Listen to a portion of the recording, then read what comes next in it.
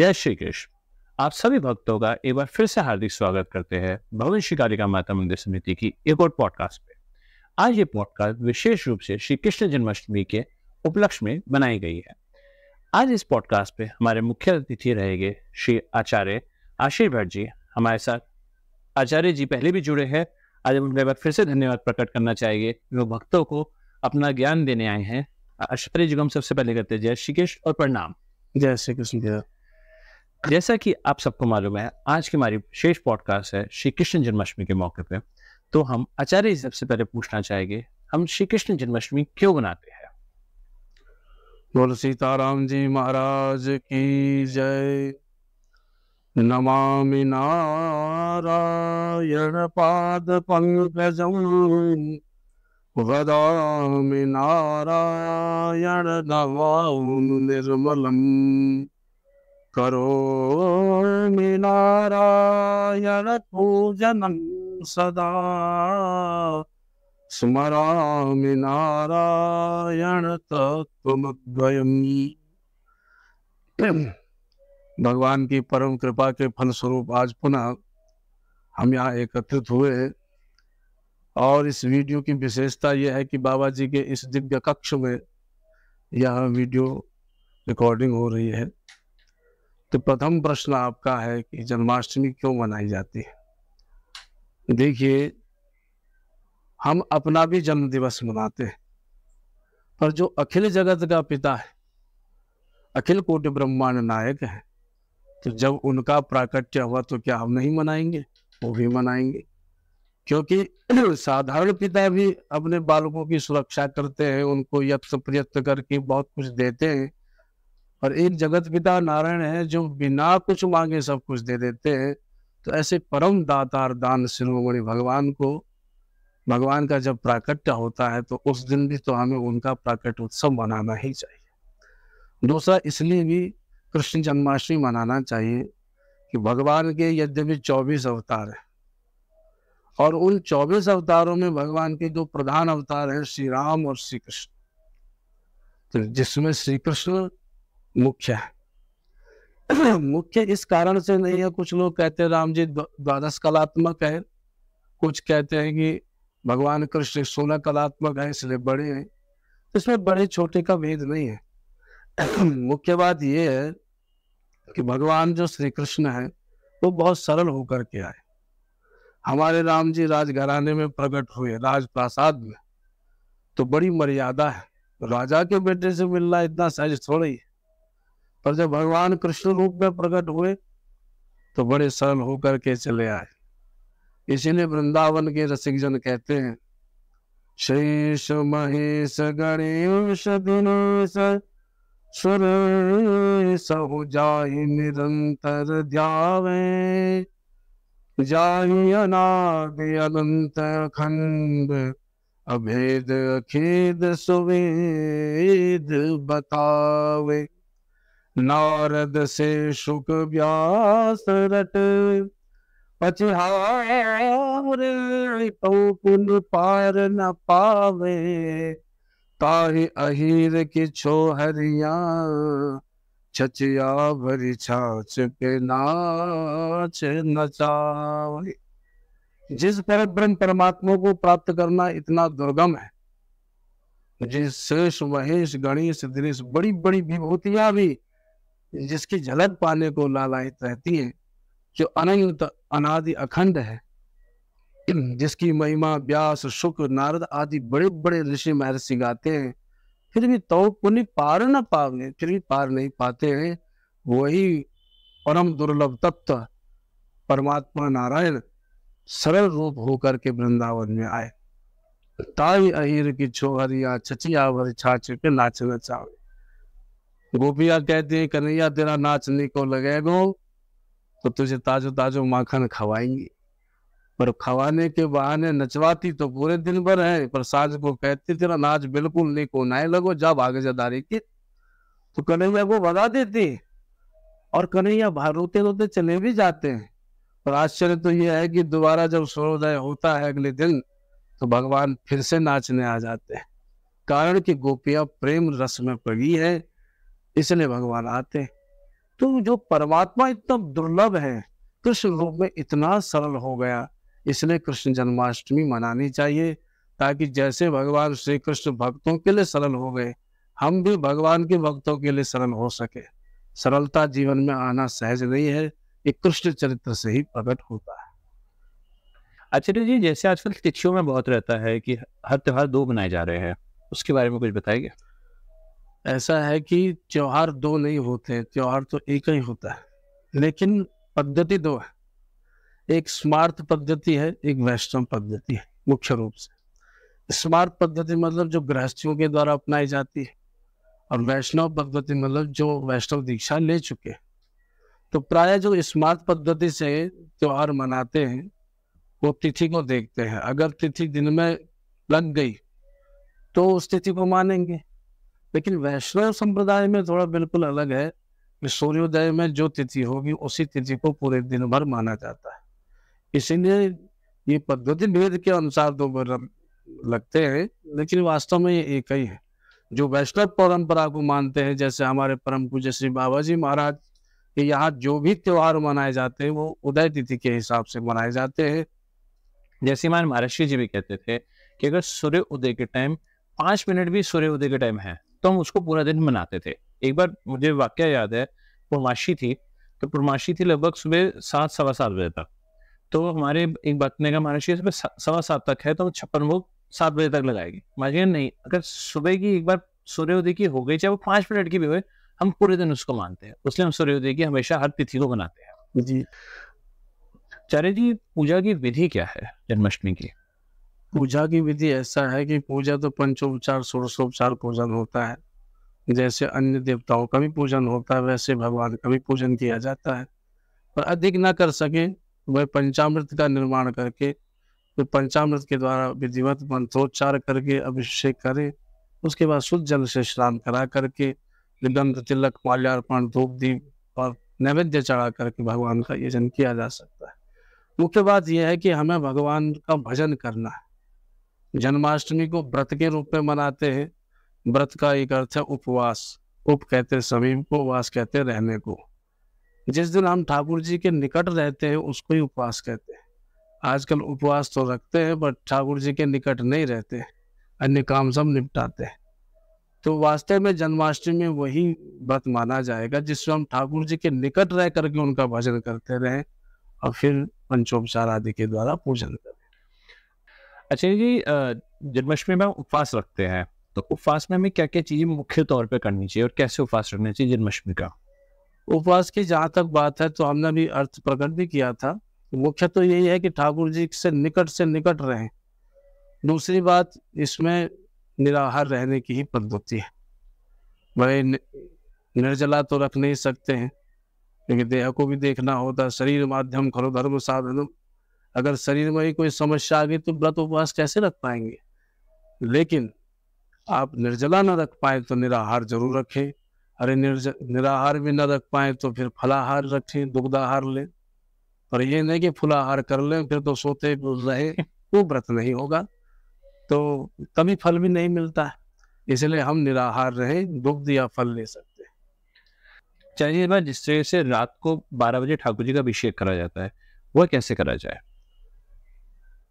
वो जैसे हमारी पद्धति शास्त्र पद्धति है उसी हिसाब से करना चाहिए। सबसे पहले ठाकुर जी को स्नान आदि कराएं शुद्ध जल आदि के द्वारा। फिर दूध दही शहद बूरा पंचामृत चीनी आदि के द्वारा अभिषेक कराएं और उसके बाद शुद्ध जल से फिर स्नान कराएं। फिर उसके बाद वस्त्र उपस्त्र के रूप में हम मोली चढ़ा सकते हैं या वस्त्र भी पहना सकते हैं। उसके बाद यज्ञोपवीत धारण कराएं। यज्ञोपवीत के बाद आचमनी चढ़ा करके गंध तिलक आदि करके माल्यार्पण करके, विशेष करके तुलसी की माला हम चढ़ाएं और उसके बाद फिर धूप दीप दिखा करके नैवेद्य, उसमें माखन जरूर हो, क्योंकि हमारे ठाकुर जी नवनीत प्रियम, नवनीत को बड़ा प्रिय मानते हैं, तो माखन जरूर हो। फिर उसके बाद तुलसी दल रख करके ठाकुर जी को भोग लगाए। सामग्री अधिक से अधिक हो सकती। चलिए, राधाष्टमी और श्री कृष्ण जन्माष्टमी में कितना दिनों का फर्क है? 15 दिन का ही अंतर है। भगवान कृष्ण अष्टमी को आए, भाद्रपद मास की कृष्ण पक्ष की अष्टमी को, और ठीक 15 दिन बाद भाद्रपद मास की ही शुक्ल अष्टमी को श्री राधा रानी का प्राकट्य हुआ। थोड़ा सा अंतर यह है कि भगवान कृष्ण रात्रि को 12 बजे आए, हमारे किशोरी जी दिन में 12 बजे चली आए। उसमें भी एक मार्मिक कथा आती है कि ठाकुर जी जब प्रकट होने लगे रात्रि 12 बजे, तो राधा रानी ने कहा कि अब रात्रि को क्यों प्रकट हो रहे हैं? भगवान बोले मैंने तो चंद्रमा को वचन दिया है, इसलिए तो जाना पड़ेगा रात्रि को ही। तो बोले तुम आपके भक्त पूरे दिन भर व्रत रखेंगे, आपको कष्ट नहीं होगा? कहीं तो निर्जला भी रखते हैं। तो बोले मैंने तो वचन दिया है किशोरी जी, पर अगर आप अवतार लेंगी तो आप तो अपने हिसाब से आ सकती है। तो बोले मैं तो दिन में आऊंगी, अपने भक्तों को ज्यादा कष्ट में नहीं देख पाऊंगी, इसलिए किशोरी जी दिन में 12 बजे आए। आचार्य जी, राधा अष्टमी का महत्व क्या है? कृष्ण तत्व को जानना ही जीव मात्र का परम लक्ष्य है। सवे पुंसाम परो धर्मो यतो भक्तिरधोक्षजे अहेतुक्य प्रतिहता ययात्मा संप्रसीदति। भगवान अधोक्षज कमल नयन नारायण की भक्ति करना जीव मात्र का परम धर्म है। तो भगवान की भक्ति करना परम धर्म है, पर वो भगवान कब प्रकट होते हैं? जब बरसाने वाली कृपा बरसवाती है। ठाकुर जी कृपा उन पर ही करते हैं जिन पर किशोरी जी कृपा करती है। किशोरी जी हैं कौन? किशोरी जी साक्षात श्री कृष्ण का प्रेम विग्रह है। जैसे हमारा प्रेम रहता है हृदय में, वो दिखता नहीं, तो ऐसे प्रेम गोपनीय रहता है। लेकिन भगवान कृष्ण ने कहा कि संसार को प्रेम की शिक्षा देनी है, तो जो गोपनीय प्रेम था उसको ही प्रकट मूर्तिमंत रूप प्रदान कर दिया। तो वो प्रेम ही श्री किशोरी जी है। जैसे प्रेम व्यक्तित्व से अलग नहीं हो सकता, ऐसे श्री कृष्ण से राधा रानी बिल्कुल पृथक नहीं है। आचार्य जी, राधा रानी के बारे में ऐसी भक्ति कैसे उनकी की जाएगी ठाकुर जी भी रीत जाए? तो राधा रानी की भक्ति करनी है तो एक ही सार है, दूसरा बना ही नहीं, वो है प्रेम। प्रत्येक जनमानस में हम प्रभु का दर्शन करके सबसे प्रेम करें, किसी से द्वेष न करें। कपिल भगवान ने भी भागवत में स्पष्ट किया, जब माता देवहूति को अष्टाध्यायी में बताते हैं कि माँ अहम सर्वेषु भूतेषु भूतात्मा अवस्थितः सदा, यह सबके भीतर बाहर विद्यमान हो, लेकिन जो द्विषता पर का ये माँ मानिनो भिन्न दर्शिना, भिन्नात्मक बुद्धि से जो दूसरे को देखते हैं और द्वेष बांध लेते हैं, न मनः शांति मृच्छति, उनको कभी शांति मिल ही नहीं सकती। तो शांति कब मिलेगी? जब हम किसी से वैर न करें। निर्वैरी होकर के ही हमारे जीवन में प्रेम प्रकट हो सकता है। और प्रेम जब आएगा प्रभु के प्रति, भाई जब सब में प्रभु को देखेंगे तभी प्रभु के प्रति प्रेम बढ़ेगा।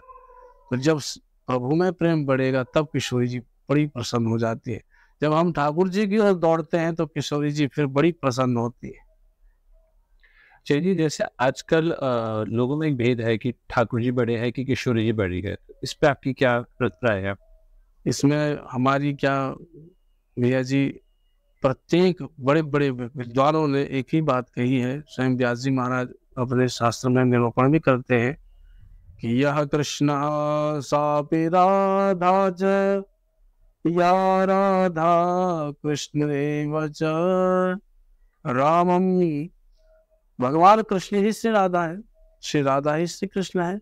एकम ज्योतिर द्विधा भिन्नम राधा माधव रूपकम। एक ज्योति है, उसी के दो रूप हैं, अलग कहीं भी नहीं है। तो शक्ति और शक्तिमान अलग कैसे हो सकते हैं? इसलिए श्री राधा और श्री किशोरी में कोई, श्री राधा और श्री कृष्ण में कोई बड़ा छोटा नहीं, दोनों एक ही तत्व है। आचार्य जी, जैसे आजकल बांग्लादेश में हिंदुओं पे अत्याचार हो रहा है, उसके पे आपकी क्या प्रतिक्रिया है? देखिए, जो बांग्लादेश में वर्तमान समय में हिंदुओं पर अत्याचार हो रहे हैं, इसका एक ही मूल कारण है कि लोग धर्म को नहीं समझ पा रहे, धर्म के नाम पर ही लड़ रहे हैं। धर्म का मतलब क्या है? कुछ लोगों को लगता है सनातन धर्म है वो हिंदुओं का धर्म है। सनातन धर्म तो व्यापक धर्म है। जितने भी धर्म कहे सुने जा रहे हैं वर्तमान में, सब सनातन धर्म से प्रकट हुए। फिर भी धर्म की एक परिभाषा है, धर्मम यो वादते धर्मः न स धर्मः कुधर्म तत्। जो धर्म किसी दूसरे धर्म में बाधा डालता हो वो धर्म नहीं हो सकता, वो कुधर्म है। लेकिन लोग यही नहीं समझ पा रहे। हमारा जो हिंदू धर्म है वो सर्वे भवन्तु सुखिनः सर्वे सन्तु निरामया सर्वे भद्राणि पश्यन्तु मा कश्चित् दुःख भाग् भवेत्, इस महावाक्य पर जीते हैं। लेकिन इसको हम समझ नहीं पा रहे। जब तक हम दूसरे के प्रति अपना ही जैसा व्यवहार नहीं रखेंगे तब तक कैसे करके हम किसी को समझ पाएंगे। जब युधिष्ठिर महाराज ने भीष्म पितामह से पूछा महाराज धर्म का सार क्या है, तो भीष्म पितामह ने यही कहा कि अपनी आत्मा के समान ही दूसरे की आत्मा को समझ लो। अब हम ये नहीं समझ पा रहे। अगर हमारी बिटिया किसी का शिकार नहीं होती है, किसी और की होती है, तो हम तुम्हारा पूछना भी पसंद नहीं करते। आज वर्तमान समय में जो भी दिख रहा है, जो बलात्कार व्यभिचार आदि हो रहे हैं, ये सब उसी कारण हो रहे हैं क्योंकि सबको लगता है कि हमारी बिटिया थोड़ा ही है, या हमारा भाई थोड़ा ही है, या हमारे धर्म का थोड़ा ही है। अरे अगर किसी की बिटिया के साथ कुछ गलत व्यवहार होता है या किसी के भाई के साथ कोई गलत व्यवहार हो रहा है तो वो हमारा भाई मान करके चलो। हिंदू धर्म तो विश्व की परम उत्कृष्ट शक्ति है। तो जब दूसरे को अपनी आत्मा के समान मान के चलोगे तभी हिंदू धर्म को समझ पाओगे। और वास्तव में जो बांग्लादेश में हो रहा है ये इसी कारण हो रहा है क्योंकि हिंदू जो है वो समझ नहीं पाए, समय रहते समझ नहीं पाए। आज सब समझ रहे हैं लेकिन अभी भी भारत में ऐसे हैं जो हिंदू धर्म को नहीं समझ पा रहे हैं। अगर बांग्लादेश की स्थिति हमारे भारत में हो गई तो तब क्या होगा, हमारे लिए कौन सा देश बचेगा। इसलिए अभी भी समय है कि हमें हिंदू धर्म को समझना है। जो किसी के साथ हो रहा है वो हमारे साथ भी कभी हो सकता है, क्योंकि जो धर्म में बाधा डाल रहे सनातन धर्म में, ये धर्मावलंबी नहीं है, ये तो कुधर्मी है जो हिंदू धर्म को और हिंदू राष्ट्र को तोड़ना चाहते हैं। आचार्य जी, हिंदू धर्म की एकता के लिए हमें क्या करना चाहिए? हिंदू धर्म की एकता के लिए सबसे पहले हमने जो अभी संकेत दिया कि जब दूसरे के साथ गलत होता है, अधर्म होता है, तो उसको हम अपना माने और फिर उसके लिए आवाज उठाएं। पाप करना उतना बुरा नहीं होता है भैया जी जितना पाप को सहन करना होता है, पाप को देख करके मौन रहना होता है। विश्व में न जाने कितनी शक्तियां हैं जो न जाने एक ही क्षण में क्या से क्या कर ले। हम आज ही कहीं सुन रहे थे कि जब किसी की बिटिया किसी प्रेमी के साथ भाग जाती है तो उस बिटिया को मारने के लिए या जिसके साथ भागी उसको मारने के लिए हम बिल्कुल तलवार निकाल के फिर बिल्कुल विचार कानून का नहीं करते। पर आज घर घर बेटियों की ये दुर्दशा हो रही है जो अभी हमने वर्तमान में जो सुने हैं आपराधिक घटनाएं कि बिटियाओं के पीछा करते करते न जाने कैसे कैसे कुकर्म हो रहे हैं। तो हमारे हृदय का अभी तक रक्त क्यों नहीं खोल रहा है? अब हम घर से क्यों नहीं निकल रहे? बस कैंडल जलाने से काम नहीं चलेगा। अगर एकता हिंदुओं में चाहिए तो उनको दूसरे के दुख में सम्मिलित होकर के हम पर भी ऐसा हो सकता है ये संभावना मान करके एकजुट होना चाहिए। तभी हमारा जो हिंदू महामंत्र है ये बच सकता है और हिंदू एकजुट रहकर ही बच सकते हैं। आज इस विशेष पॉडकास्ट पे आचार्य जी द्वारा हमें श्री कृष्ण जन्माष्टमी के महत्व और राधाष्टमी का महत्व बताया गया। उसके लिए हम आचार्य जी का धन्यवाद प्रकट करते हैं एवं उम्मीद करते हैं सभी भक्तों को इससे कुछ ना कुछ नई बात सीखने को मिली होगी और वो अपने जीवन में भी चीज को जरूर उतारेंगे। सभी भक्तों को सूचित किया जाता है भवन श्री कालिका माता मंदिर समिति में श्री कृष्ण जन्माष्टमी 27 अगस्त को मनाई जाएगी। इस मौके पर साय 7 बजे से विशेष झांकी दर्शन होगा एवं 9 बजे से रात्रि 12 बजे तक विशेष संकीर्तन श्री प्रमोद श्रीवास्तव जी द्वारा किया जाएगा। 12 बजे ठाकुर जी झूले पे विराजमान होंगे और उसके बाद ठाकुर जी की आरती होगी। 28 अगस्त को प्रातः नंद उत्सव किया जाएगा, वह 10 बजे से लेकर 12 बजे तक चलेगा। आप सभी से निवेदन है आप इस उत्सव पे अपने सह परिवार के साथ आइए और ठाकुर जी का आशीर्वाद प्राप्त कीजिए एवं इस वीडियो को ज्यादा शेयर कीजिए और सभी भक्तों को भी सूचित कीजिए। आप सभी का इस पॉडकास्ट को देखने के लिए विशेष रूप से धन्यवाद। यदि आपका कोई प्रश्न हो तो हमें जरूर बताएं, हम अगले पॉडकास्ट पे उस प्रश्न को जरूर पूछेंगे। आने वाले टाइम पे हम महाराज श्री जी के कुछ पुराने भक्तों के साथ भी पॉडकास्ट बना रहे हैं। उन पॉडकास्ट में वे कैसे महाराज श्री जी के साथ जुड़े, और उनका क्या क्या एक्सपीरियंस रहा उस बारे में भी वो आप सबको बताएंगे। यदि आपको कोई प्रश्न हो तो हमें जरूर बताइएगा। इस वीडियो को ज़्यादा से ज़्यादा शेयर कीजिएगा और लाइक कीजिएगा। सभी भक्तों को सादर जय श्री कृष्ण।